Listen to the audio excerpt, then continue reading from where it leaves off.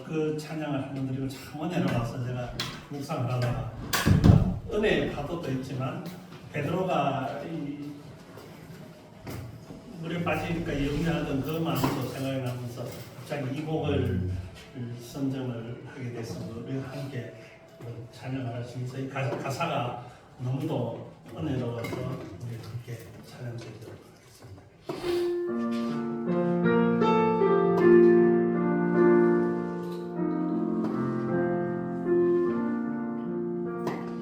구주여 광풍이 불어 큰 물결이 일어나 온 하늘이 어둠에 쌓여 피할 곳을 모르니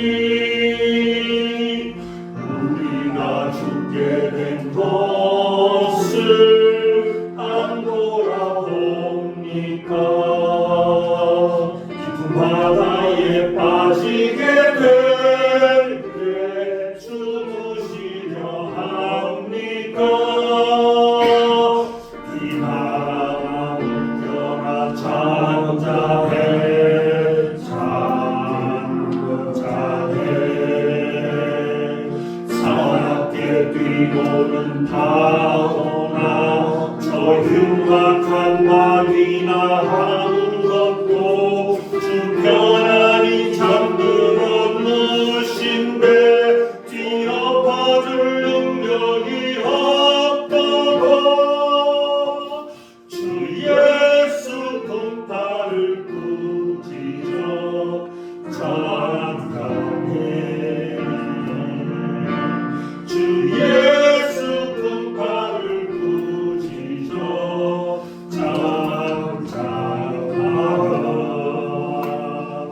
주여 떨리는 내 맘 저 풍랑과 같아서 물들 안에 쌓여서 쌓이 날 붙들어 주소서 세상의 불바다 나를 삼키려 합니다. 죽게 된 날 돌아보사 곧 구원해 주소서 큰 바람아 물결아 잠잠해 잠잠해 사납게 뛰노는 파도나 저 흉악한 바위나 하는 것도 편안히 잠들어 누신데 뒤엎어놓을 능력이 없다고 주 예수 품팔을 꾸짖어 잠잠해 잠잠해 주 예수 품팔을 꾸짖어 잠잠하라 광풍이 자고 큰 물결이 그치니 그 잔잔한 바다와 같이 내 마음이 변하다 주여 늘 함께 계셔 떠나지 마소서 항구에 즐거이 가서 그 언덕에 쉬리라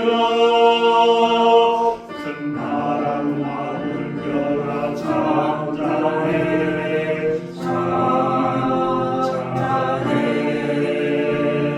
사납게 뛰노는 파도나 저 흉악한 말이나 하는 것도 편안히 잠들어 드신데 뒤엎어놓을 능력이 없다고 주 예수 품팔을 꾸짖어 잠잠해 잠잠해 주 예수 품팔을 꾸짖어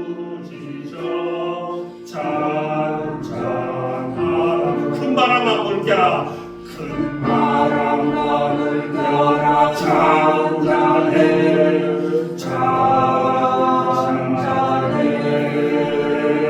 사랑의 비로는 가거나 저 흉악한 왕이나 아무것도 주 편안히 잠들어 누신데 뒤엎어놓은 능력이 없도다 주 예수 분파를 꾸짖어 잔잔해 잔잔해 주 예수 분파를 꾸짖어 잔잔하라 찬양을 드리면서 그런 생각이 들었습니다. 예수님이 바다와 파도를 꾸짖었으면 우리도 예수의 능력을 힘입어 꾸짖고 잔잔케 할 능력이 있기 때문에 나를 위해서도 우리를 위해서도 충고하는 이 기쁨샘 교훈들이 되어야겠습니다. 주가 보이신 생명에게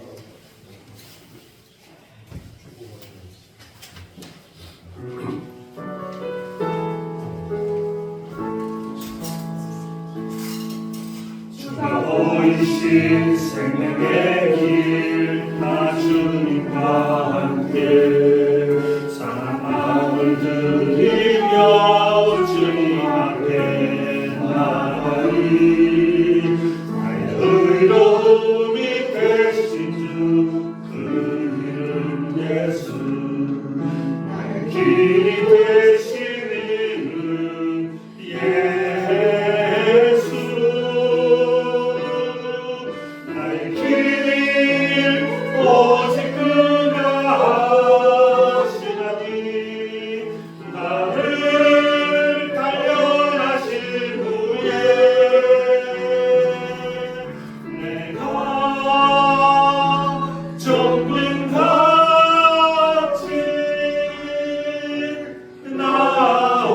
나오리라 주가 보이신 생명의 길 주가 보이신 생명의 길 나 주님과 함께 상한 마음을 들이며 주님 앞에 나가리 내 의로움이 되신 주 그 이름 예수 나의 길이 되신 이름 예수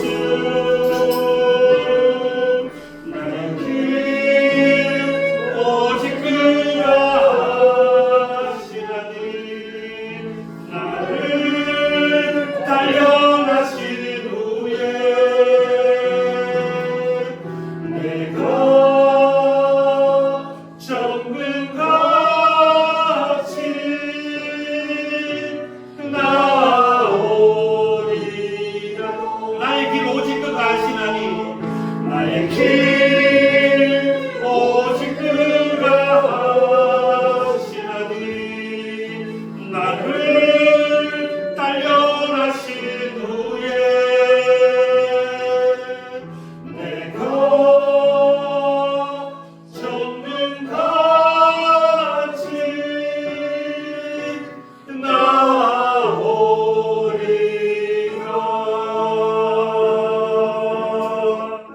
아멘. 지난주 함께 드렸던 옷자락에서 전해지는 사랑 아마 오늘은 가사가 이제 조금씩 우리에게 다가올까 생각합니다.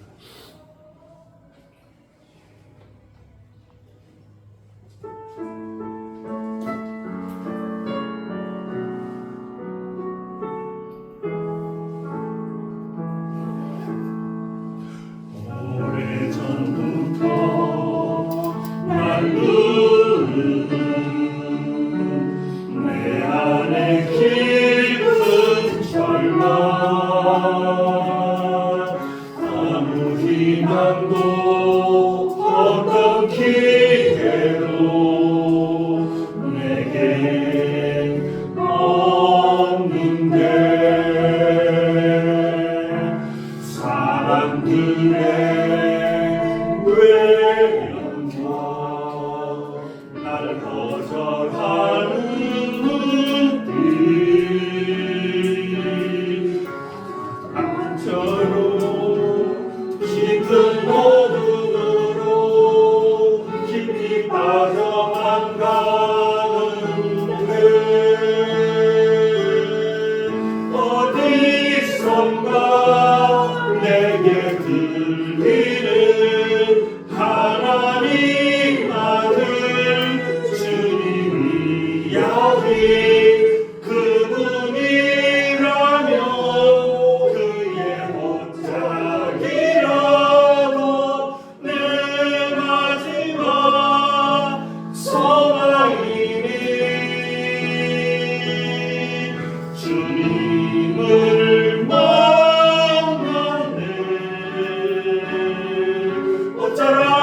바닥에서 전해지는 사랑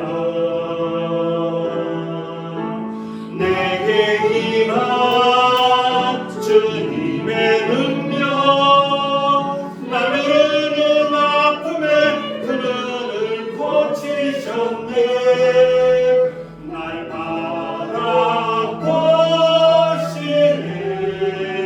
바라보시네 나의 연약함 주님은 아시네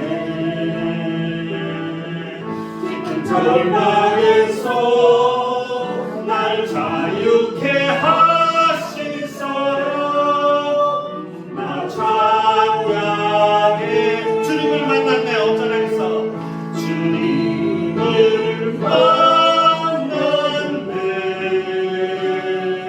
어쩌라겠어 전해지는 사랑 내게 임한 주님의 능력 날 누르는 아픔에 그늘을 고치셨네 날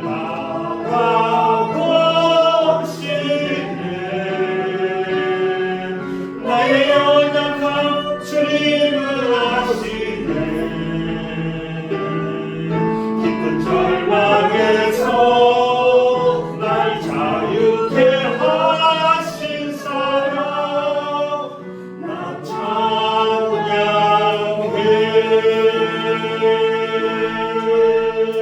아멘. 십자가 그 사랑.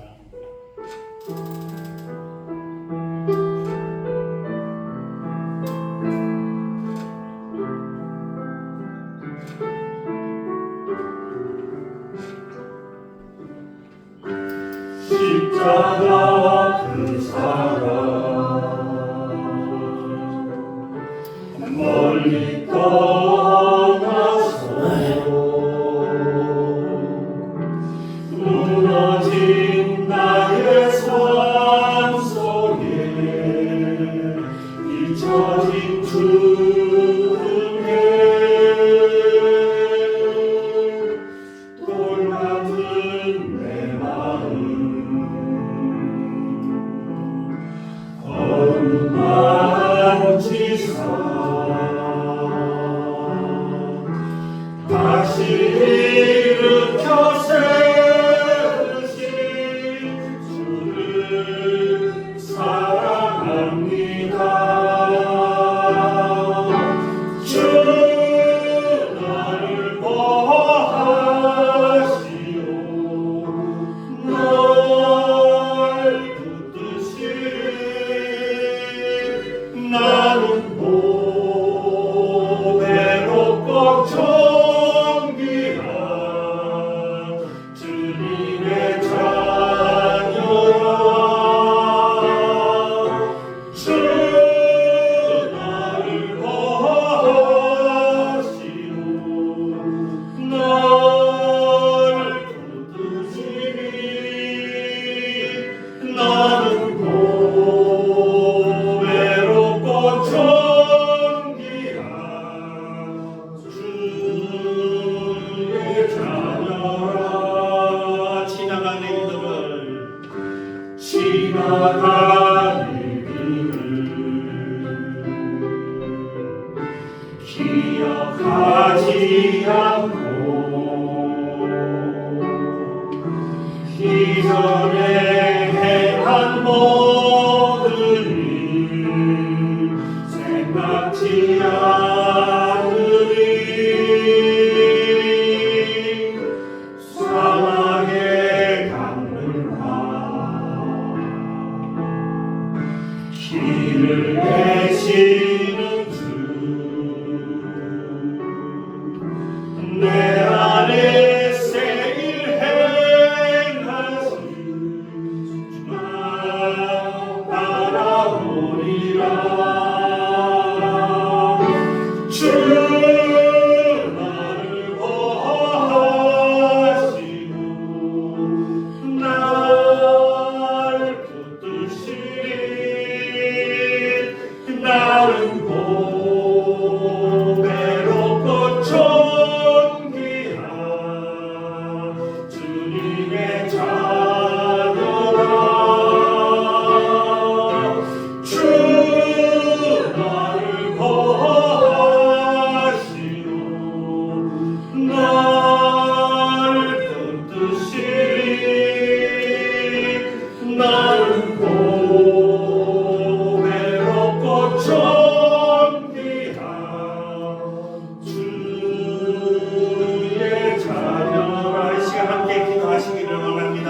우리가 찬양 드린 대로 주님께서 파도 속에 풍파 속에 고요히 잠들어 계신 것 같지만 나와 함께 하시며 나에게도 그 능력을 주셨으며 또한 광야의 새길을 사막의 샘을 내시는 그 하나님의 능력이 나와 동행하시면서 나도 그 능력을 가지고 세상 속에서 이기는 크리스찬이 되기 위해서 우리 함께 기도하시겠습니다.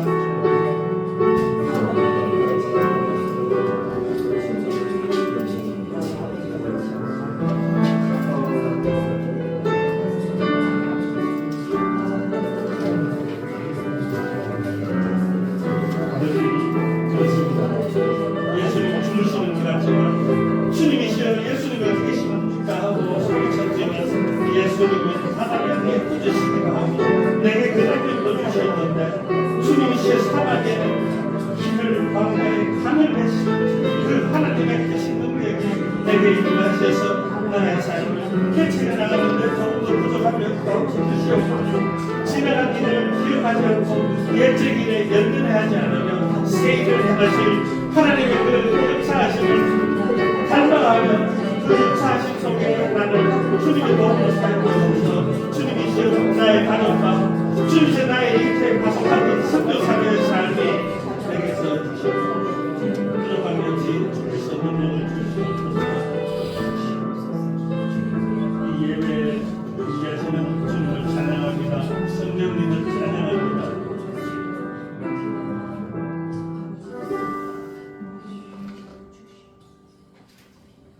샬롬, 반갑습니다. 가정의 날 5월의 첫 주일 영과 진리로 예배하러 나오신 사랑하는 기쁨생교회 성도님들을 예수님의 이름으로 환영합니다. 내 부모를 공경하라. 그리하면 내 하나님 여호와가 내게 준 땅에서 내 생명이 길리라. 내 아들아, 내 아비의 훈계를 들으며 내 어미의 법을 떠나지 말라. 이는 내 머리에 아름다운 관이요 내 목에 금사슬이라. 너를 낳은 아비에게 청종하고 내 늙은 어미를 경히 여기지 말지니라. 내 부모를 즐겁게 하며 너를 낳은 어미를 기쁘게 하라. 자녀들아, 주 안에서 너희 부모에게 순종하라. 이것이 옳으니라. 내 아버지와 어머니를 공경하라. 이것은 약속이 있는 첫 계명이니 이로써 내가 잘되고 땅에서 장수하리라. 아멘. 모두 다 일어나셔서 인내송을 올려드리면서 예배의 자리로 나아가겠습니다. 주님의 높고 위대하심을 내 영혼이 찬양하네. 주님의 높고 위대하심을 내 영혼이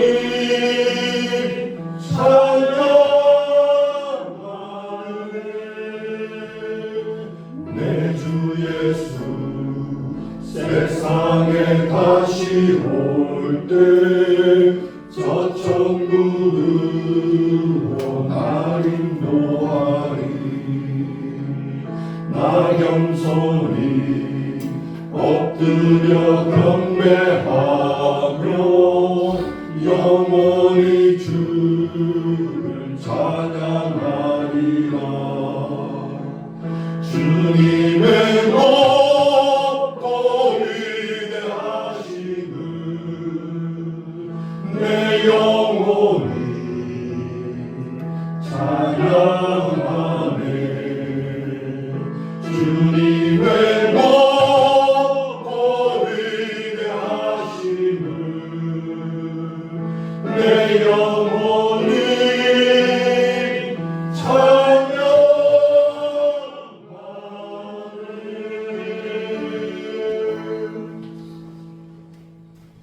다같이 한 목소리로 사도신경으로 우리의 신앙을 고백하겠습니다. 전능하사 천지를 만드신 하나님 아버지를 내가 믿사오며 그 외아들 우리 주 예수 그리스도를 믿사오니 이는 성령으로 잉태하사 동정녀 마리아에게 나시고 본디오 빌라도에게 고난을 받으사 십자가에 못 박혀 죽으시고 장사한 지 사흘 만에 죽은 자 가운데서 다시 살아나시며 하늘에 오르사 전능하신 하나님 우편에 앉아 계시다가 저려로서 산자와 죽은 자를 심판하러 오시리라. 성령을 믿사오며 거룩한 공회와 성도가 서로 교통하는 것과 죄를 사하여 주시는 것과 몸이 다시 사는 것과 영원히 사는 것을 믿사옵나이다. 아멘. 모두 자리에 앉으셔서 찬송가 28장을 찬송하시겠습니다.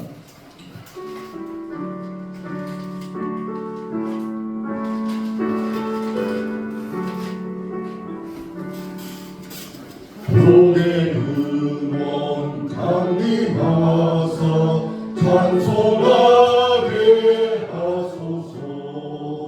한량없이 자비하신 증량할 길 없도다. 전사들의 찬송가를 내게 가르치소서. 구속하신 그 사랑을 항상 찬송합니다.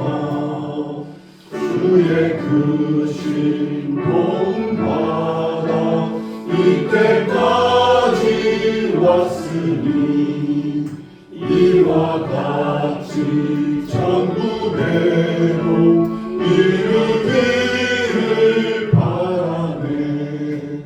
하나님의 불을 떠나 죄에 빠진 우리를 예수 구원하시려고 보혈 흘려주셨네. 주의 귀한 은혜 받고 일생 빚진 자들의 주의 은혜 사슬 베사 나를 주께 내소서. 우리 마음은 연약하여 범죄하기 쉬우니 하나님이 받으시고 천국인을 지소서.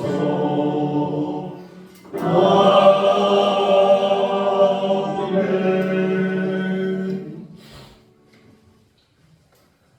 우리를 대표해서 박은희 사모님께서 기도해 주시겠습니다. 기도하시겠습니다. 내가 내 하나님 여호와의 말씀을 청종하면 이 모든 복이 내게 임하며 내게 이르리니 성읍에서도 복을 받고 들에서도 복을 받을 것이며 내 몸의 자녀와 내 토지의 소산과 내 짐승의 새끼와 소와 양의 새끼가 복을 받을 것이며 내 광주리와 떡반죽 그릇이 복을 받을 것이며 내가 들어와도 복을 받고 나가도 복을 받을 것이니라. 아멘. 사랑과 은혜가 많으신 하나님 아버지, 오늘도 거룩한 주의 성전으로 발걸음을 인도하여 주시니 감사합니다. 한 주간도 저희를 복된 자녀로 살게 하여 주시고 들어가도 복을 받고 나가도 복을 받는 자녀로 삼아주시니 그 은혜에 부어주심에 감사드립니다. 하나님께서 창조하신 꽃들이 만발하고 푸르름이 펼쳐지는 5월이지만 인간의 욕심으로 인한 전쟁의 불안한 가운데 걱정과 염려가 끊이지 않고 있습니다. 주께로부터 오는 참 평안을 지구촌 모든 곳에서 누리게 하시는 은혜를 부어 주시옵소서. 또한 6월에 있는 선거를 통해서 다니엘 같은 기도의 사명자를 세워주시고 이 땅이 주님의 통치권 아래에 들어가게 하여 주시기를 원하옵나이다. 주님, 우리 기쁨생 교회를 사랑하시는 주님께 감사드립니다. 주께서 자기 몸을 바쳐 이 교회를 사랑하신 같이 우리도 주님을 섬기듯 서로를 사랑하게 하시고 우리 가족들을 섬기게 하여 주시옵소서. 그리하여 믿지 않는 가족들과 함께 기쁨의 예배를 드리는 날이 속히 오게 하여 주시기를 원하옵나이다. 우리 기쁨생 교회 각 가정의 모든 기도 제목에 가장 선한 응답으로 화답하여 주시고 오늘 설교하시는 최영철 목사님을 통해 주의 말씀 선포하실 때 말씀이 살아서 역사하는 시간 되게 하여 주시옵소서. 이 시간 아뢰지 못한 것까지 성령님께서 친히 올려드릴 줄 믿사오며 예수 그리스도 이름으로 기도드립니다.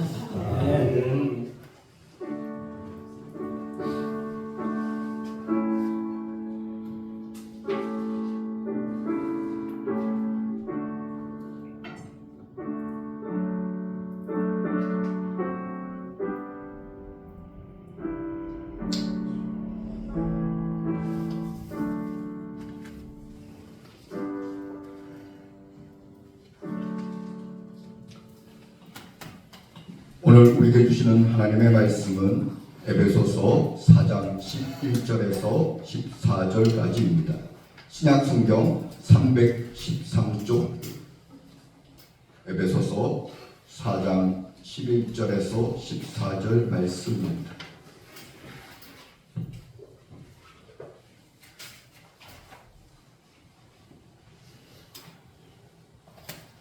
에베소서 4장 11절부터 제가 봉독해 올리겠습니다. 그가 어떤 사람은 사도로, 어떤 사람은 선지자로, 어떤 사람은 복음 전하는 자로, 어떤 사람은 목사와 교사로 삼으셨으니 이는 성도를 온전하게 하여 봉사의 일을 하게 하며 그리스도의 몸을 세우려 하심이라. 우리가 다 하나님의 아들을 믿는 것과 아는 일에 하나가 되어 온전한 사람을 이루어 그리스도의 장성한 분량이 충만한 데까지 이르리니 이는 우리가 이제부터 어린아이가 되지 아니하여 사람의 속임수와 간사한 유혹에 빠져 온갖 교훈의 풍조에 밀려 요동하지 않게 하려 함이라. 아멘. 신앙이 성장하는 사람이라는 제목으로 제목장 놓으셔서 말씀 전해 주시겠습니다.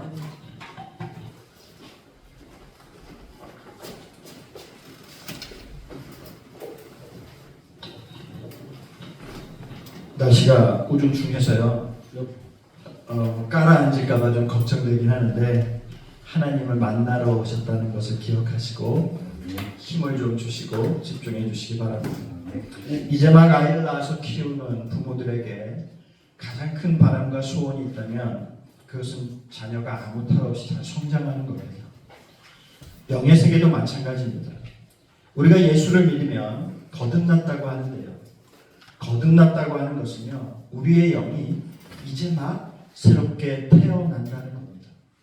50살에 예수를 믿었든 60대에 믿었든 예수를 처음 영접한 그 시점이 그 사람의 영이 새롭게 태어난 시점이고 거듭난 때가 되는 겁니다.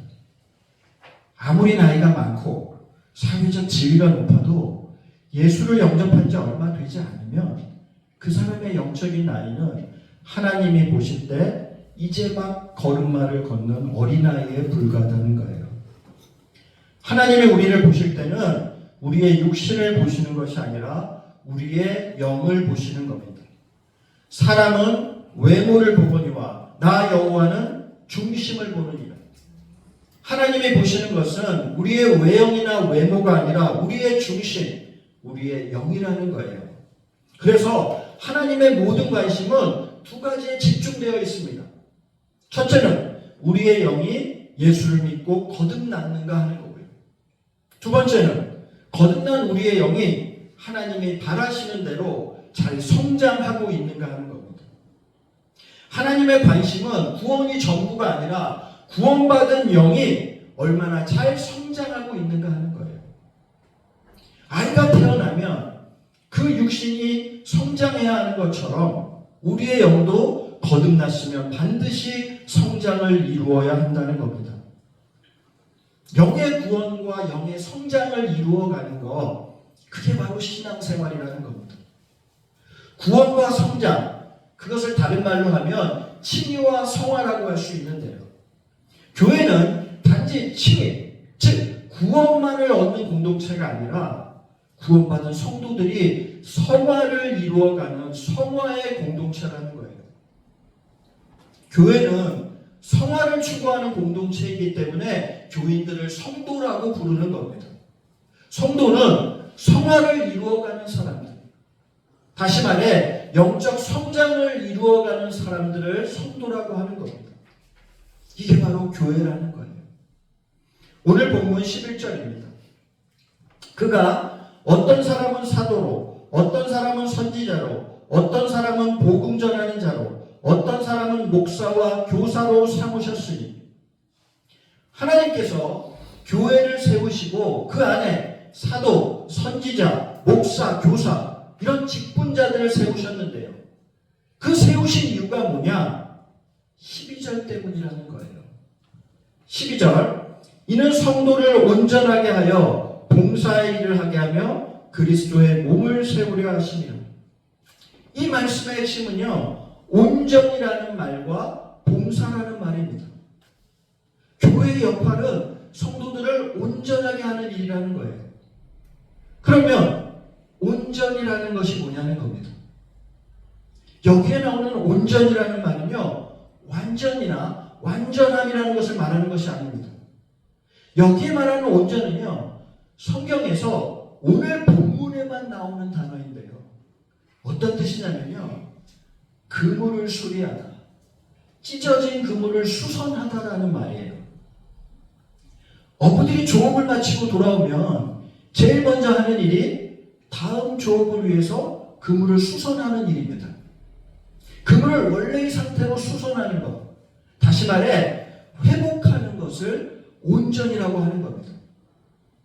사람의 영혼, 사람의 속사람은 멀쩡해 보이는 것 같아도 그 안에 자신이 모르는 상처난 부위가 있고 찢어진 부분이 있다는 겁니다. 그것을 흔히 쓴뿌리라고 하기도 하고요, 견고한 진이라고도 하는데요. 이런 쓴뿌리, 견고한 진이 있으면 그것이 가시떨기처럼 우리의 성적 성장을 가로막는다는 겁니다. 나는 아니겠지라는 생각을 하기 쉬운데요, 사람마다 내용은 다 다르지만 누구나 그 속에는 찢어지고 상처난 부분이 있다는 것을 알아야 한답니다. 그 속사람을 회복하는 것, 그게 바로 온전이라는 거예요. 교회는 뭐 하는 곳이냐? 사람들의 영혼을 회복시키는 곳이에요.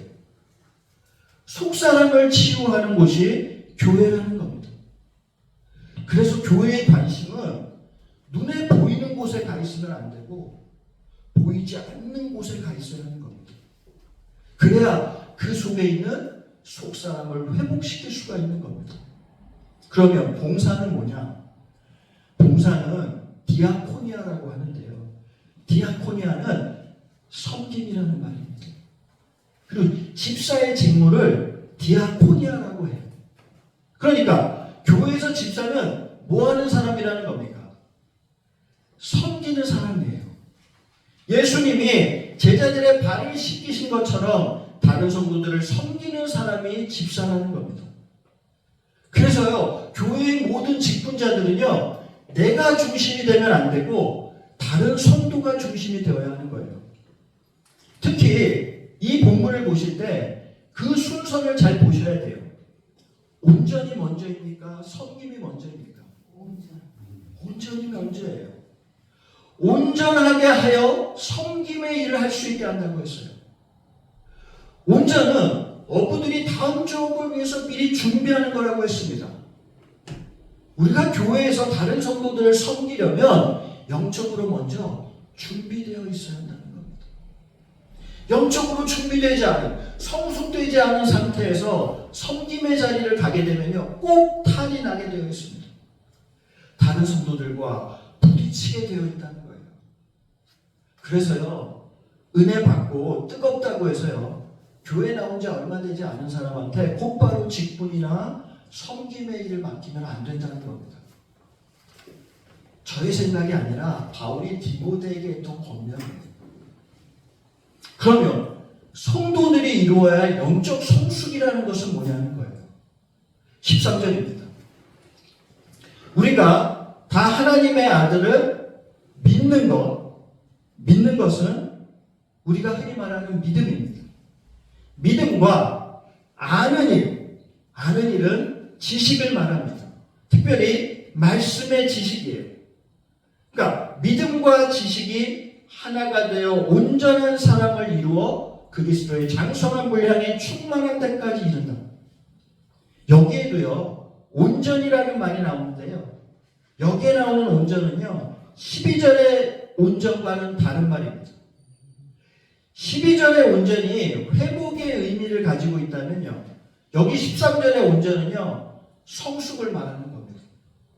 영적으로 성숙한 사람이 온전한 사람이라는 거예요. 그러면 영적으로 성숙한 사람은 어떤 사람이냐? 첫째는 말씀에 대한 지식과 믿음이 하나가 되는 사람입니다. 우리 교회의 표어처럼요, 말씀이 믿음이 되는 사람이에요. 신앙생활을 오래 하다 보면요, 말씀을 많이 듣기 때문에 말씀에 대한 지식은 쌓일 수밖에, 많아질 수밖에 없어요. 문제는 말씀에 대한 지식이 많아진다고 해서 그것이 믿음의 성장을 의미하는 것은 아니라는 겁니다. 우리가 신앙생활을 하면서요, 가장 속기 쉬운 게 바로 이거예요. 말씀에 대한 지식을 믿음이라고 생각하는 겁니다. 이게 비단 우리들만의 문제였냐? 아니에요. 초대교회 때도 똑같은 문제가 있었어요. 초대교회 때 교회를 심각하게 위협했던 두 가지 문제가 있었는데요.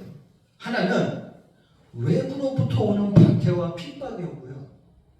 다른 하나는 교회 안에서 독보서처럼 퍼져가고 있었던 이단 사상이었습니다.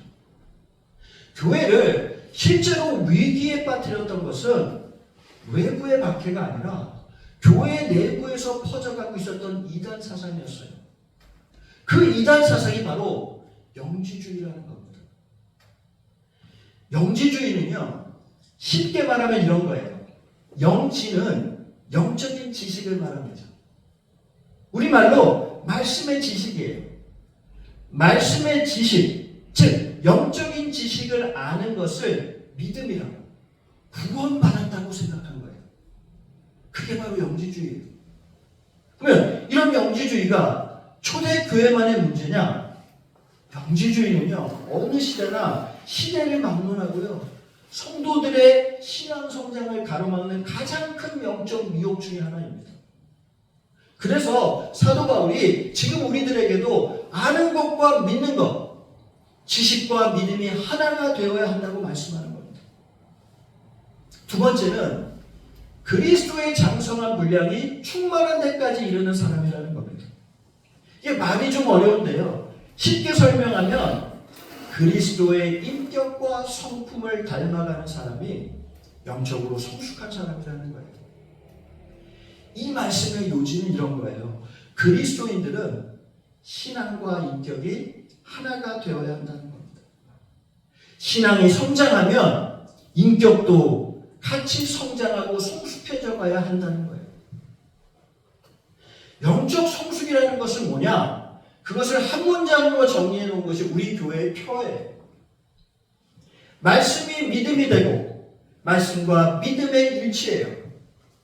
믿음이 삶이 되는 신앙과 삶, 신앙과 인격이 하나가 되는 겁니다. 그런데 오늘날 기독교인들의 모습은 어떻습니까? 신앙은 좋은 것 같은데 인격은, 삶은 그렇지 않다는 거예요. 신앙과 인격의 불일치, 신앙과 삶의 괴리, 그게 오늘날 교회가 세상 사람들에게 손가락질을 받는 이유입니다.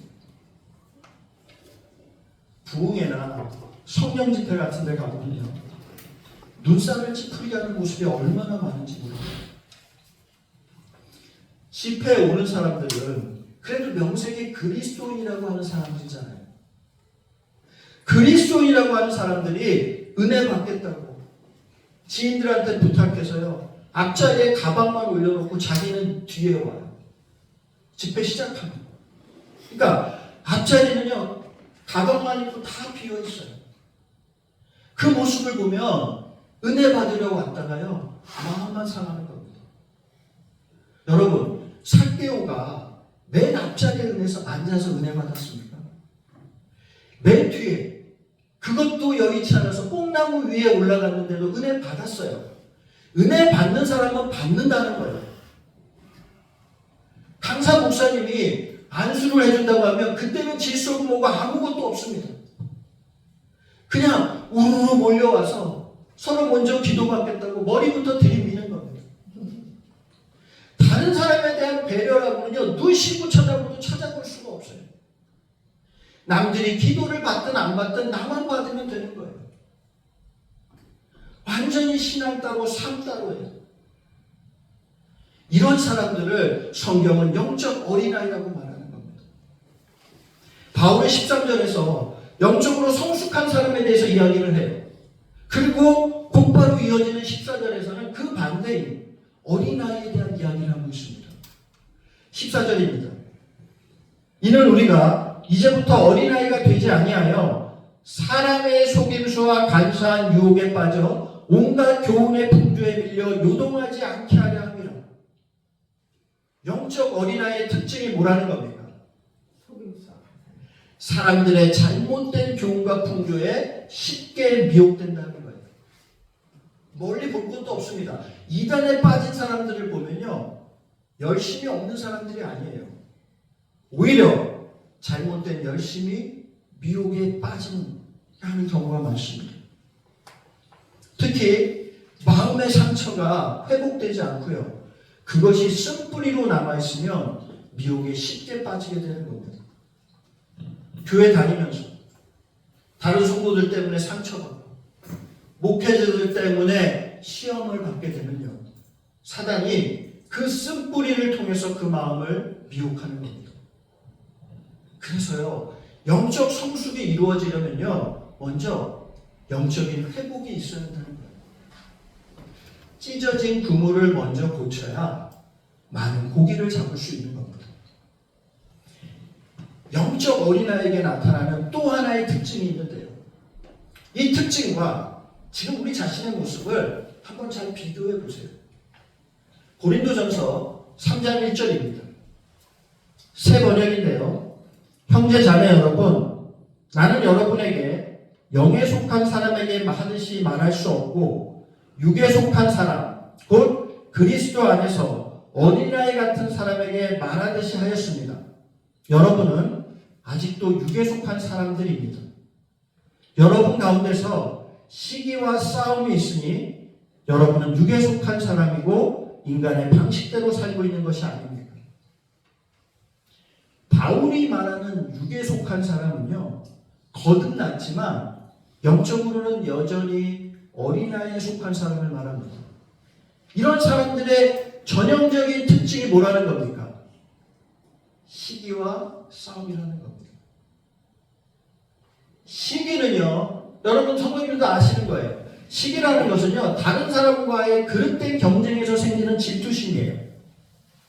그런데 여기서 중요한 것은요, 시기심이라는 감정의 결과가 아니라 왜 그런 시기의 마음이 생기게 됐는지 그 원인을 보는 것이 중요합니다. 성경에 보면요, 시기심 때문에 하나님의 부르심대로 가지 못하고 실족한 사람이 있는데 그게 누굽니까? 사울이에요. 사울은 시기심 때문에 넘어진 대표적인 사람인데요, 그는 다윗을 자기의 가장 큰 적으로 생각했습니다. 그런데 사실 다윗은요, 그의 적이 아니라 그가 믿을 수 있는 가장 신실한 부하였고요, 하나님 나라를 세워가는 데 있어서 가장 든든한 동역자였습니다.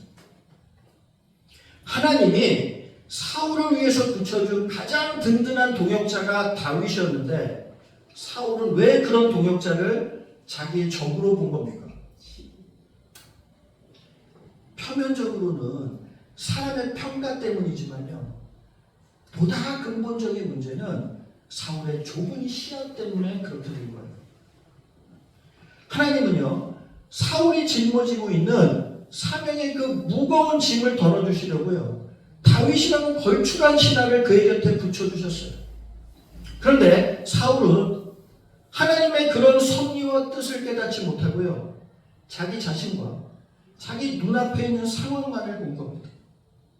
나와 내 앞에 있는 것만 보고 뭘 못 본 거예요? 전체를 보지 못한 거예요. 여러분, 지금 우리 옆에 있는 사람들은요, 하나님이 나를 도와주시려고, 나의 힘을 덜어주시려고 우리에게 붙여주신 든든한 동역자라는 사실을 기억하시기 바랍니다. 저는 매주 황 목사님을 볼 때마다요, 하나님께서 황 목사님과 같은 든든한 목회자를, 그 목회자를 통해서 함께 동역하게 해주신 것에 대해서 얼마나 감사함을 느끼는지 모릅니다. 여러분, 지금 저와 여러분 곁에 있는 사람들은요, 어떻게 하다 보니까 만난 사람들이 아니라 하나님의 섭리 안에서 하나님이 우리에게 붙여주신 동역자들이라는 사실을 믿음의 눈으로 바라볼 수 있게 되기를 소망합니다. 우리의 좁은 시야를 넓혀서요, 상황을 믿음의 눈으로 보게 되면 이전에는 보이지 않았던 하나님의 섭리와 은혜들이 보이기 시작할 줄로 믿습니다. 영적 어린아이의 또 하나의 특징, 또 다른 특징은 싸움이라는 거예요. 어린아이들은요, 주변 사람들과 자꾸 다투고 싸운다는 겁니다. 자신의 감정과 생각이 여과 없이 드러나게 되면요, 반드시 다툼이 일어나게 되는데요. 사람의 감정이 밖으로 표출되고 드러나는 데는요, 두 가지 경로가 있습니다. 통로가 있어요. 그 두 가지가 뭐냐면 눈과 입이에요. 사람의 눈과 입을 가리면요, 그 사람이 어떤 생각을 하고 있는지, 어떤 감정을 가지고 있는지 전혀 알 수가 없습니다. 우리가 누군가를 무시하거나 싫어할 때 그 감정이 제일 먼저 드러나는 곳이 우리의 눈이에요. 왜 그러느냐? 이유가 있습니다. 여러분, 눈이 뇌의 일부라는 말을 들어보셨습니까? 과학적으로요, 눈은 실제로 뇌의 한 부분이라는 겁니다. 배아 단계에서요, 뇌로부터 직접 튀어나온 조직이 눈이라는 거예요. 그래서 눈의 망막과 뇌의 신경, 중추신경계는요, 완전히 하나로 연결되어 있다는 겁니다. 이게 무슨 말이냐면요, 우리가 세상을 보는 것은 눈이 보는 것이 아니라, 눈이 아니라 실제로는 뇌가 보는 거라는 거예요.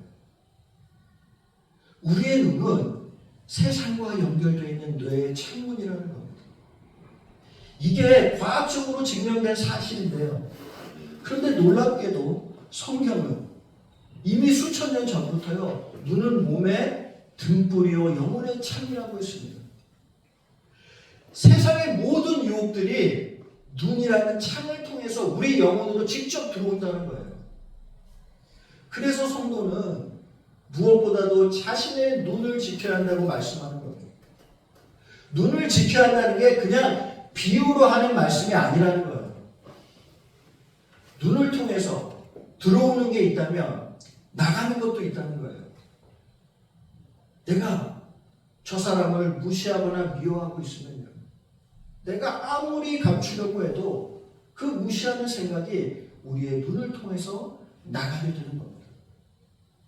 그래서 사람들이 자신의 감정을 들키고 싶지 않을 때 어떻게 합니까? 짙은 선글라스를 쓰는 거예요. 다음은 입인데요. 우리의 삶에서 일어나는 대부분의 다툼은 우리 입에서 나오는 말 때문에 빚어지는 겁니다. 혹시 여기에 동의하지 않는 분 계십니까? 화평케 하는 자는 복이 있나니 그들이 하나님의 아들이라 일컬음을 받을 것이라고 했습니다.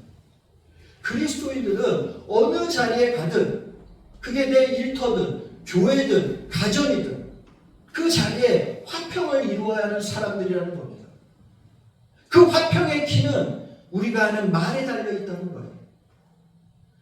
우리가 하는 말 때문에 다툼이 일어나기도 하고 화평이 이루어지기도 한다는 겁니다. 야고보서 3장 2절입니다. 우리가 다 실수가 많으니 만일 말에 실수가 없는 자라면 곧 온전한 사람이라 능히 온몸도 굴레 씌우리라. 앞에서 온전한 사람은 영적으로 성숙한 사람이라고 했는데요, 영적으로 성숙한 사람은 어떤 사람이라는 겁니까? 말에 실수가 없는 사람. 말에 절제가 있는 사람이 영적으로 성숙한 사람이라는 거예요. 눈이 뇌 일부인 것처럼요. 우리가 하는 말은 우리의 영성 그 자체입니다. 저희 개인적인 삶을 보더라도요. 저의 신앙의 성숙은 제가 하는 말의 성숙과 그 계정을 같이 했습니다. 다른 집들은 아내가 잔소리를 많이 한다고 하는데요. 저희 집은 반대로 제가 잔소리를 많이 했습니다. 그래서 항상 다툼을 촉발했던 사람이 저였어요. 근데 그 다툼이 언제부터 줄어들기 시작했느냐? 저희 잔소리가 줄고요. 제 말이 바뀌면서 변화되기 시작했어요. 지금도 제 자신을 보면요. 문제투성이에요. 그런데 이전과 조금 달라진 게 뭐냐? 적어도 문제를 고치려고 노력하고 있다는 겁니다. 하나님은 그리스도인들에게요. 다른 사람을 변화시키라고 하지 않으셨어요. 먼저 내 자신이 변화되라고 말씀하셨어요. 여러분, 내가 하는 말 때문에 다툼이 반복되고 있다면요. 일의 잘잘못을 떠나서 내가 하는 말을 먼저 돌아봐야 한다는 거예요. 왜냐? 내가 하는 말이 내 영성의 바로미터이기 때문이에요. 인간은 하나님의 형상을 따라 창조되었기 때문에 우리가 하는 말에는요. 영적인 영향력이 있습니다. 파급력이 있다는 거예요. 내가 어떤 말을 하느냐에 따라서 그 공간의 분위기가 순식간에 달라질 수가 있습니다. 제가 집사람과 하는 대화하는 가운데요. 깨달은 것이 있습니다. 제가 아내에게요. 먼저 신앙 얘기를 하면요. 아내도 신앙 얘기를 해요. 그런데요. 제가 연예인 가신 얘기를 하잖아요. 그때부터 저와 아내의 대화는요. 전부 연예인 가십으로 바뀌어요. 직장 생활을 할 때 술자리에 가면요. 꼭 음담패설을 하는 사람이 있어요. 누구 한 사람이 먼저 음담패설을 하면요. 그때부터는요. 꼬리에 꼬리를 물고 그런 이야기들이 이어집니다. 우리 성도님들 가운데는 그런 분이 안 계시겠지만요. 그런 대화에 절대 동참하시면 안 된다는 거예요. 입을 막으셔야 돼요. 왜냐? 우리가 하는 말은 그냥 사라지고 없어지는 것이 아니라 하나님이 다 듣고 계시기 때문이에요. 그래서 무릇 더러운 말은 너희 입 밖에도 내지 말라고 하셨어요. 이 시간 영적 성숙에 대해서 말씀드리고 있는데요. 그러면 우리의 영적인 성숙과 성장은 시간이 흐르면 자라는가 하는 거예요. 시간이 흐르면 우리의 영성도 세월의 흐름만큼 성장하고 성숙하면 얼마나 좋겠습니까? 그런데 영적인 세계는 그렇지 않다는 거예요. 시간이 아무리 흘러도 영적으로 어린아이에 머물러 있는 경우가 많다는 겁니다. 그러면 우리가 어떻게 해야, 어떻게 신앙생활을 해야 된다는 거예요. 베드로전서 2장 1절입니다. 그러므로 모든 악독과 모든 기만과 외식과 시기와 모든 비방하는 말을 버리고 갓난 아기들 같이 순전하고 신령한 젖을 사모하라. 이는 그로 말미암아 너희로 구원에 이르도록 자라게 하려 함이라. 너희가 주의 인자하심을 맛보았으면 그리하라. 여러분, 신령한 젖이 뭡니까? 하나님의 말씀이에요. 우리의 신앙은 하나님의 말씀을 사모할 때 자란다는 거예요. 그런데 여기서 말하는 이 신령한 젖은요, 하나님의 말씀으로만 제한해서는 안 됩니다. 3절에 보면 뭐라고 되어 있냐면요, 너희가 주의 인자하심을 맛보았으면 그랬어요. 무슨 말입니까? 신령한 젖은 하나님의 말씀이기도 하지만 하나님 그분 자체라는 겁니다. 우리가 하나님의 인자하심과 선하심을 우리의 삶 가운데서 경험하고 맛보게 될 때 진정한 영적 성장이 이루어진다는 거예요. 하나님을 경험해야 한다는 겁니다. 우리 교회의 표어는요, 신앙이 어떻게 성장해야 되는지 그 과정을 보여주는 말입니다. 신앙은 말씀, 믿음, 삶이라는 세 단계를 통해서 성장해야 된다는 거예요. 골자는요, 말씀이 삶이 되는 거예요. 그러면 다 해결이 됩니다. 그런데 말씀이 삶으로 이어지려면 그 사이에 믿음이라는 다리가 필요하다는 거예요. 말씀에 대한 믿음 없이는 절대 말씀대로 살 수가 없는 겁니다. 그러면 말씀을 삶으로 바꾸어주는 그 믿음이라는 건 뭐냐? 그게 뭐겠습니까? 그게 순종이라는 거예요. 말씀에 순종하면 그게 곧 삶이 되는 겁니다. 말씀에 순종하면 우리가 하나님의 인자심과 선하심을 맛볼 수가 있는 거예요. 말씀에 순종하면 비로소 내 자아가 죽고 하나님이 일하시기 시작하는 겁니다. 이제 마지막으로 한 가지만 더 말씀드리겠습니다. 우리는 하나님께 기도하고 하나님이 우리의 기도에 응답해 주시기를 기다립니다.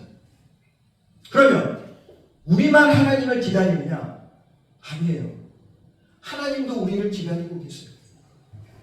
무엇을 기다립니까? 우리가 성장하기를 기다리십니다. 하나님이 우리를 통해 일하시고 싶어도요, 우리가 성장하지 않으면 하나님은 우리를 쓰실 수가 없는 거예요.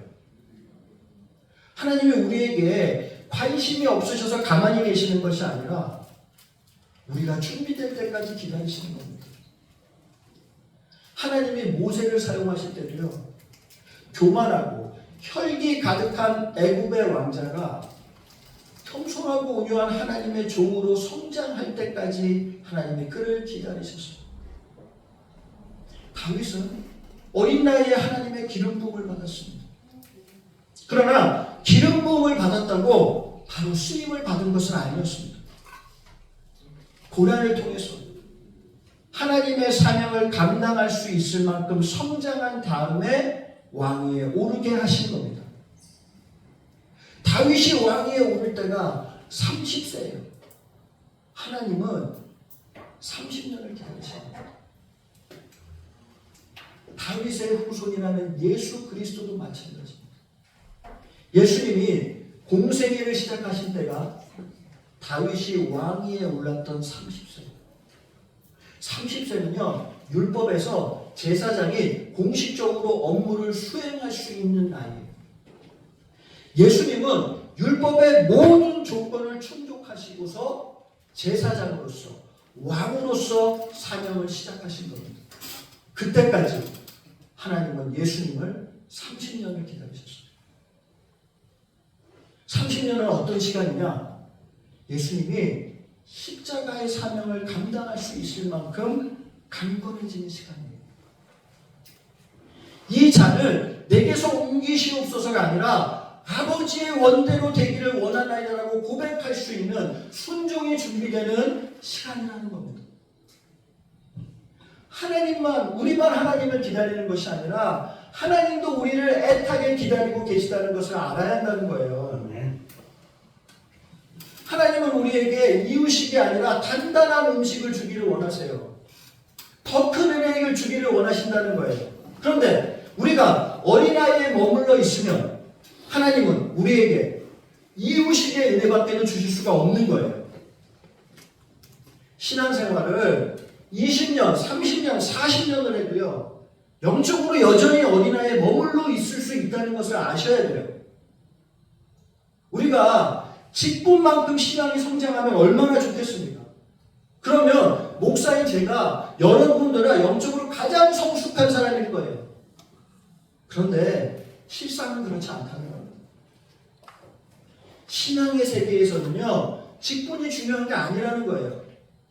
오히려 직분이 신앙 성장의 걸림돌이 될 수가 있습니다.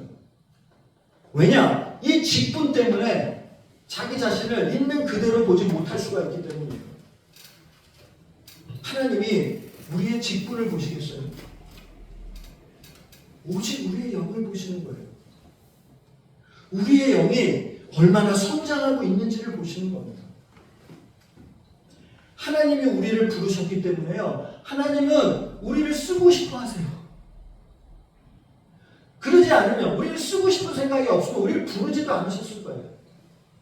우리를 쓰고 싶어 하시기 때문에 우리를 부르신 거예요. 그러나 하나님이 우리를 쓰고 싶어도 우리의 영이 준비되지 않으면 하나님은 우리가 성장할 때까지, 모세가 하나님의 종이 될 때까지, 다윗이 왕위에 오를 때까지, 예수님이 십자가를 지실 수 있을 때까지 기다리실 수밖에 없다는 거예요. 그러니까 쓰임 받는 것이 급한 것이 아니라 뭐가 중요한 거예요? 성장하는 것이 먼저라는 거예요. 근데 우리는 어때요? 자기는 성장되지 있지 않으면서 쓰임부터 받으려고 하는 거예요. 하나님은 은혜가 풍성하셔서요, 우리에게 은혜 주시는 것을 좋아하는 분이세요. 은혜를 주시는데 조금의 인색함도 없으신 분이라는 겁니다. 하나님은 언제나 은혜 주실 준비가 되어 있기 때문에 우리만 준비되면 된다는 거예요. 그 준비의 첫걸음이 순종이라는 겁니다. 말씀에 순종해야 하나님의 그 순종을 통해서 하나님의 은혜와 능력을 나타내 보여주시는 거예요. 저는 우리 성도님들이 이 신앙의 원리를 좀 잘 아셨으면 좋겠어요. 오늘 말씀의 요지는요, 이거 보시면 돼요. 말씀, 믿음, 삶으로 가면 되는 거예요. 근데 그 믿음이라는 게 뭐냐? 그게 결국은 순종이에요. 내가 순종해야 그게 말씀이 삶이 될 수 있고 내 인격이 될 수 있고. 성도님들은 지금 말씀에 얼마나 순종하고 계십니까? 정말 하기 싫은데, 정말 말씀 때문에, 하나님의 명령 때문에 나를 쳐서 복종하시는 게 있으세요? 내가 정말 이 말을 막 하지 않으면 못 견딜 것 같은데 그 말씀에 순종하기 위해서, 그 절제하기 위해서 입을 닫는 게 있느냐라는 거예요. 이게 안 되면서 어떻게 우리가 하나님의 은혜를 사모할 수 있고 성장할 수 있겠습니까? 하나님의 작은 것을 보세요. 그리고 그게 어디서 나타나야 되느냐? 가정에서부터. 예루살렘, 유다, 사마리아, 온 땅. 내가 가장 가까운 곳에서부터 그 순종이 나타나야 되는 거예요. 나만 바뀌면요, 주변도 바뀌더라고요. 저희는 제가 남을 바꾸려고 했어요. 근데 아무리 노력해도 안 바꿔져요. 그런데 우습게도 내가 바뀌니까 그렇게 바뀌기 원했던 게 바뀌는 거예요. 이 성경의 원리는요, 기가 막혀요. 우리가 이 영적인 원리로 따라가면 그게 삶에서 일어난다는 거예요. 기쁨샘교회 성도님들은요, 큰 순종부터 하지 마시고요, 예수님처럼 십자가부터 지지 마시고 작은 것에서부터 순종을 이루어 가시는 성도님들이 되시기를 주님의 이름으로 간절히 축원드립니다. 찬송가 이 세상을 살아가는 동안에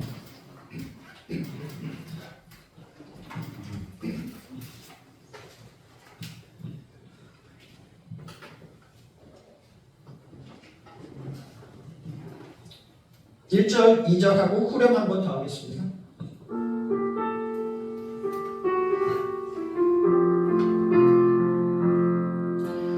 이 세상을 살아가는 동안에 나의 힘을 의지할 수 없으니 기도하고 낙심하지 말 것은 주께서 참 소망이 되시리라. 하나님의 꿈이 나의 비전이 되고 예수님의 성품이 나의 인격이 되고 성령님의 권능이 나의 능력이 되길 원하고 바라고 기도합니다. 주의 길을 걸어가는 동안에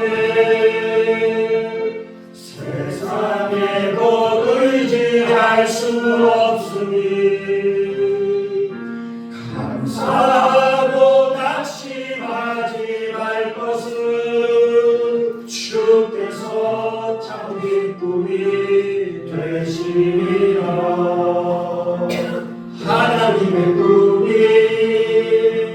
나의 비전이 되고 예수님의 성품이 나의 인격이 되고 성령님의 권능이 나의 능력이 되길 원하고 바라고 기도. 1절 다시 한 번만 하겠습니다. 세상을 살아가는 동안에 나의 힘을 의지할 수 없으니 기도하고 낙심하지 말 것은 주께서 참 소망이 되시리라. 하나님의 꿈이 나의 비전이 되고 예수님의 성품이 나의 인격이 되고 성령님의 권능이 나의 능력이 되길 원하고 바라고 기도합니다. 하나님의 꿈이 나의 비전이 되고 예수님의 성품이 나의 인격이 되고 성령님의 권능이 나의 능력이 되길 원하고 바라고 기도합니다. 드리겠습니다.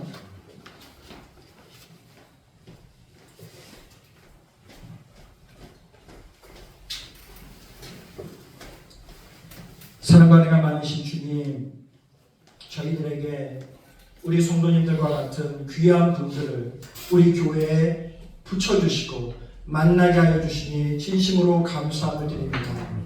내 옆에 있는 사람들을 하나님의 눈으로, 믿음의 눈으로 바라볼 수 있게 하여 주시옵소서. 그로 인해서 날마다 감사와 찬양을 하나님께 돌릴 수 있는 우리의 믿음의 그릇이 될 수 있기를 소망합니다. 주님, 우리에게 은혜를 주셔서 그 은혜가 너무도 감격스럽고 감사해서 주님께 봉헌의 물질을 드립니다. 이 드려지는 손길 주님께서 기억하여 주시고 주님께서 복을 내려 주셔서 하나님께 더 많은 영광과 찬양을 올려드릴 수 있는 밑거름이 될 수 있도록 주님 역사하여 주시옵소서. 아멘. 이 모든 것 우리 주 예수 그리스도의 이름으로 기도드리옵나이다. 아멘.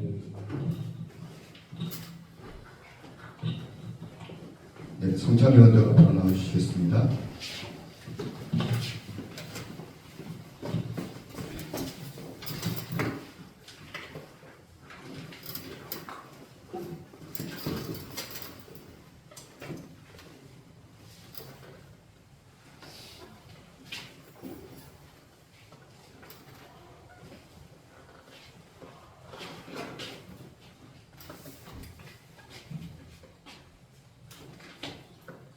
다같이 주기도문 하심으로 성찬식을 행하도록 하겠습니다.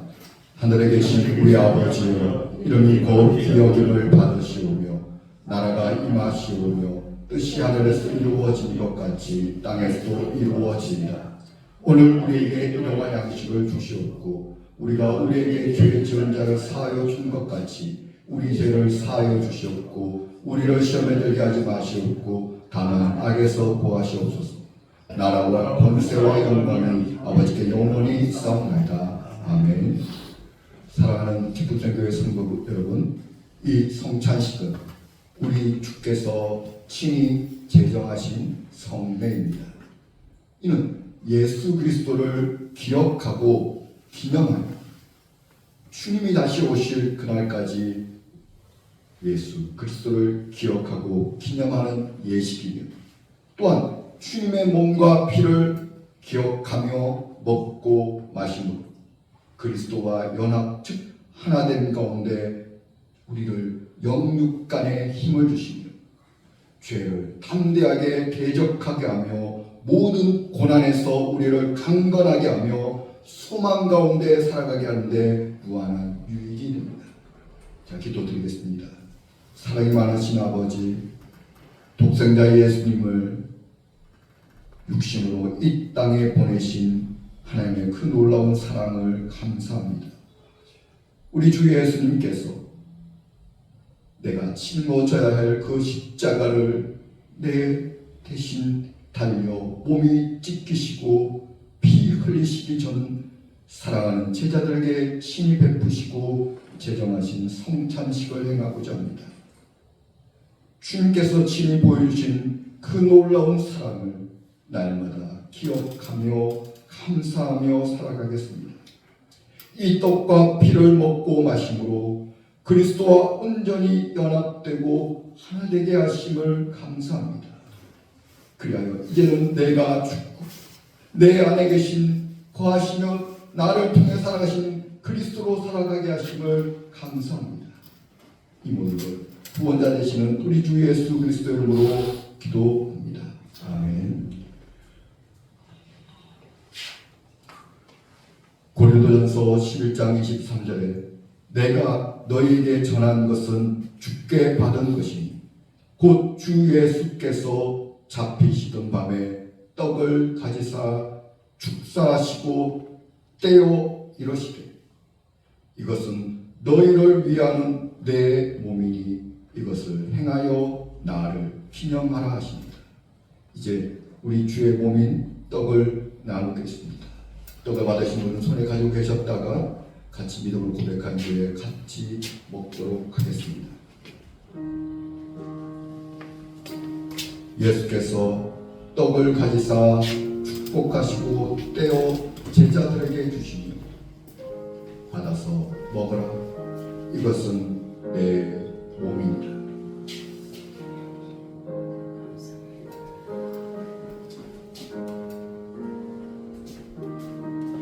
다 같이 다음 화면을 보시겠습니다. 다음 화면을 같이 함께 믿음으로 고백합니다.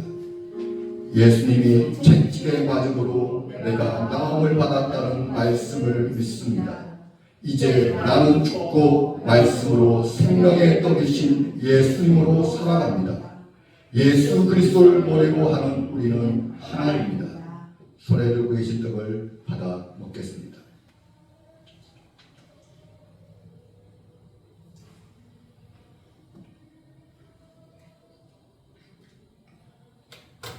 이어서 우리 주님의 빈 잔을 나누겠습니다.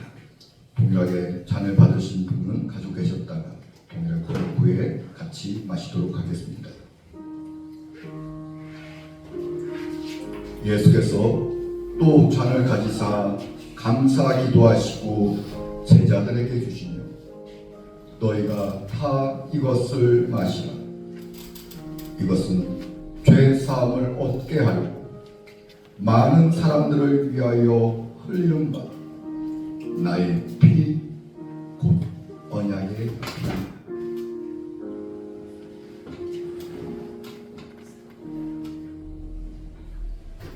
다 같이 다음 화면을 보시겠습니다. 동일하게 다음 화면을 보며 함께 믿음을 고백하겠습니다. 주님의 피로 모든 죄를 용서받고 깨끗하게 씻겨서 거룩하고 의롭게 되었음을 믿음으로 받아들입니다. 예수님께서 자신의 피로 하나님과 우리 사이에 영원한 새 언약, 사랑의 언약을 세우셨습니다. 손에 계신 잔을 마시겠습니다.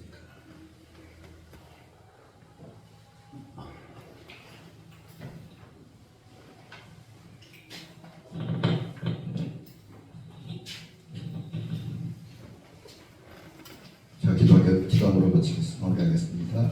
사랑 많으신 하나님 아버지, 하나님 아버지의 큰 놀라운 사랑을 예수님을 통해 보여주시니 감사합니다. 우리의 눈이 험한 것을 향하지 않게 하시고 썩어 없어질 것들을 향하지 않게 하시고 영원하신 하나님만을 바라보는 눈이 되기를 원합니다. 오직 주님만을 바라보며 그 주님의 사랑만을 날마다 기억하게 하셔서 우리를 구원하신 그 놀라운 사랑으로 또한 우리의 사랑을 나누며 살아갈 수 있게 하신 주님을 감사합니다. 이 성찬을 통해 날마다 주님을 기억하게 하시고 날마다 주님을 향해 살아가는 복된 인생들이 되게 하여 주시옵소서.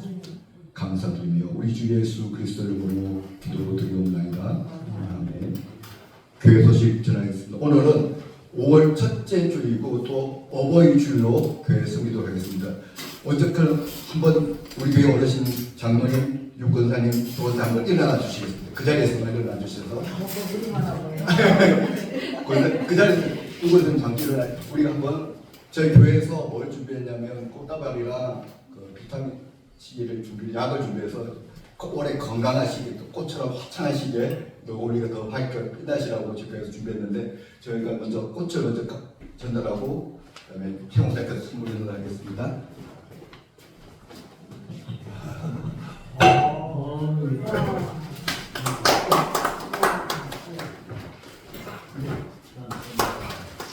아니면 갖다고 우리가 한자도 아우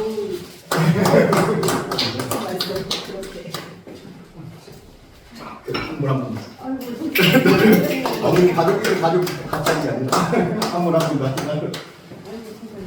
자, 우리 같이 앉으시고 앉아주시고 저희가 이제 우리 세 분을 위해서 우리 교회 어르신 장로님과 유권사님을 위해서 우리 같이 축복하며 기도하는 시간 가졌으면 좋겠습니다. 이거 좀 앉아주시겠습니다. 정말 우리 교회 가장 큰 어른이시고 또 아버지와 어머니와 같으신 분이십니다.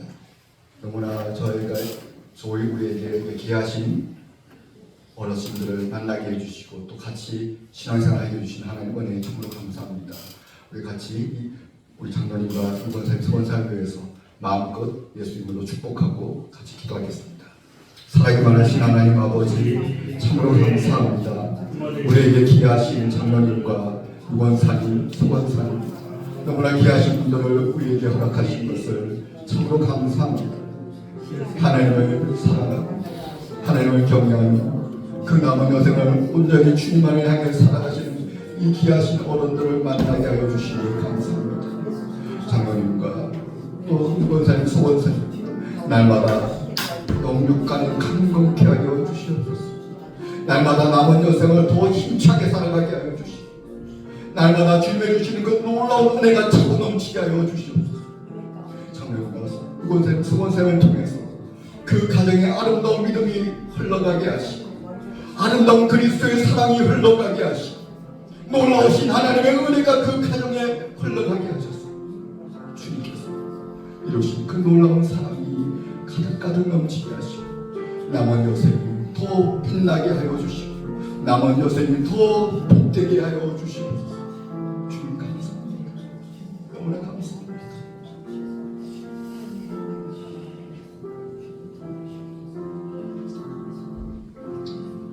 사랑이 많으신 하나님 아버지 참으로 감사합니다. 우리에게 참으로 귀하신 좀 아버지와 어머니 같은 분들을 허락하셔서 감사합니다. 주님께서 지금까지도 지켜주셨듯이 주님 앞에 가는 그날까지도 더 건강하게 하시고 더 주님께서 힘을 다하시고 은혜를 다하셔서 더 마음껏 주님을 찾게 하시고 더 마음껏 주님의 은혜를 누리게 하시고 그 은혜를 사랑하는 자녀들에게 또 가정에 그리고 교회에 그 아름다운 주님의 사랑과 은혜를 흘려보내는 축복의 통로로 사용하여 주시옵소서. 귀하신 분을 주신 주님을 찬양하고 감사드립니다. 이 모든 것 우리 주 예수 그리스도 이름으로 기도드리옵나이다. 아멘. 한번 하시죠. 오늘 말씀 본문 중에 앉으세요. 하나 하셔도 할 텐데요. 오늘 말씀이 뭐였습니까? 오늘 말씀이 믿는 것과 아는 것이 하나가 되어 온전하게 한다고 했습니다. 여러분 세상에서는 뭐가 좋은 등목을 봅니까? 언행일치. 이와 마찬가지로 하나님이 원하시는 것은 우리의 믿음과 우리의 알미. 하나님을 알면 단순히 머리로 아는 그것이 아닙니다. 그것을 뛰어넘어서 여러분이 하나님을 간절히 찾으실 때, 하나님을 찾고 하나님 말씀대로 순종하실 때 그 말씀이 살아서 알미 되실 겁니다. 머리의 알미 아니라 여러분 삶 가운데 말씀이 실제가 되는 하나님을 경험하는 것이 그 삶을 통해서 우리의 삶이 변화되고 우리가 온전한 그리스도의 장성한 분량에까지 그러게 될 것입니다. 우리의 머리로 아는 것을 끝나는 것이 아니라 날마다 주님을 찾고 날마다 주님께서 말씀하신 그 말씀대로 순종하여 한 걸음 한 걸음 나아갈 때마다 하나님께서는 자신을 우리에게 계시하여 주실 것이고 하나님 그 아는 그 계시의 지식으로 우리는 성장하게 될 것이고 그리스도의 영광을 나타낼 것입니다. 핵심은 하나입니다. 주님을 찾는 것, 주님의 말씀에 순종하는 것이 전부입니다. 우리의 인생이 그게 답니다. 우리 그 결단을 다시 한번 또 했으면 좋겠습니다. 더 주님을 찾고 그 주님 말씀하시면 그 말씀대로 한 걸음 한 걸음 믿음의 표를 내딛는 순종을 할 때 우리 놀라운 그리스도의 성장으로 자라게 될 것입니다. 이 성장을 위해서 우리 같이 결단하며 기도하겠습니다. 사랑이 많으신 하나님 아버지 참으로 감사합니다. 그 말씀이 우리의 삶 가운데 온전히 저희를 주장하여 주시기를 원합니다. 우리의 삶이 허망한 것들을 바라보지 않게 하시고 세상에 썩어질 것들을 바라보지 않게 하시고 모든 시기와 모든 악독과 모든 거짓들을 내어버리게 하시고 오직 진실하고 참되신 주님만을 바라보는 우리의 눈이 되기를 원합니다. 우리의 말은 우리 안에 하나님의 말씀이 가득하여 하나님의 말씀만이 나오는 귀한 입술이 되어 오시기를 원합니다. 주님 날마다 주님을 찾게 하여 주시옵소서. 세상 것들을 찾는 것이 아니라 날마다 주님을 찾게 하여 주셔서 날마다 기도의 자리에 나아가게 하시고 날마다 주님을 찾게 하여 주셔서 그 자리에서 주님을 만나게 하시고 하나님의 말씀이 살아역사하는 것들을 경험하게 하시고 그 말씀을 통해 하나님이 우리 통해 일하시는 것들을 보게 하여 주시옵소서. 주님이 말씀하시는 아멘 아멘 아멘 할 수 있는 귀한 믿음들을 허락하여 주시옵소서. 주님 아주 단순한 삶이 되게 하시고 오직 주님만을 바라보며 주님께서 나를 다스려 가시는 그 놀라운 삶들이 되게 하여 주시옵소서. 그래요 우리를 통해 그리스도의 영광만이 드러나게 하시고 하나님의 영광만이 높아지게 하여 주시옵소서.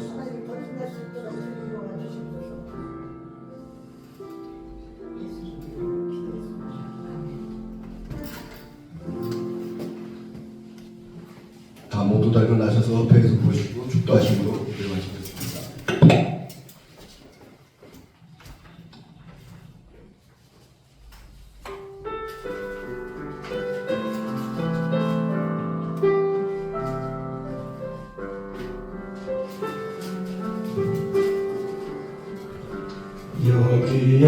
여기에 모인 우리 주의 은총 받은 자여라.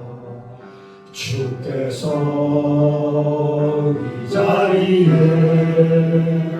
함께 계심을 아노라. 언제나 주님만을 찬양하며 따라가리니 시험을 당할 때도 함께 계심을 믿노라. 이 믿음 더욱 굳세라. 주가 지켜주신다. 어두운 밤에도 주의 밝은 빛 인도하여 주신다. 이 믿음 더욱 굳세라. 주가 지켜주신다. 어두운 밤에도 주의 밝은 인도하여 주신다. 이제는 우리를 구원하신 예수 그리스도의 은혜와 하나님 아버지의 다함없는 사랑과 성령님의 내주, 감동, 위로교통 충만하심의 역사가 주 안에서 말씀이 믿음이 되고 믿음이 삶이 되는 기쁨샘교회 모든 성도님들과 그 가정과 일터 위에 이제로부터 영원토록 함께 하시기를 축원하옵나이다. 아멘.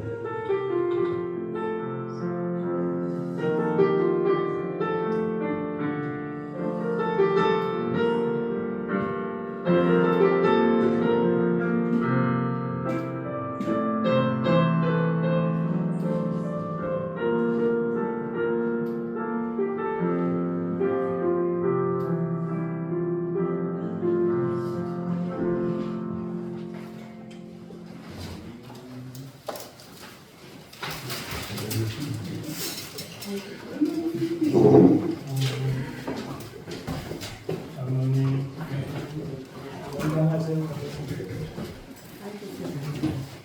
우리는 그 주기스는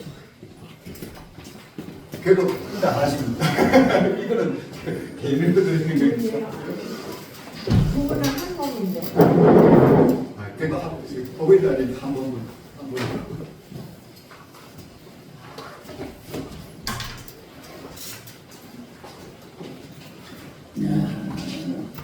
근데 이거 햇빛을 쬐야 될 거, 옷은 바람도 좀. 장로님 놔두세요.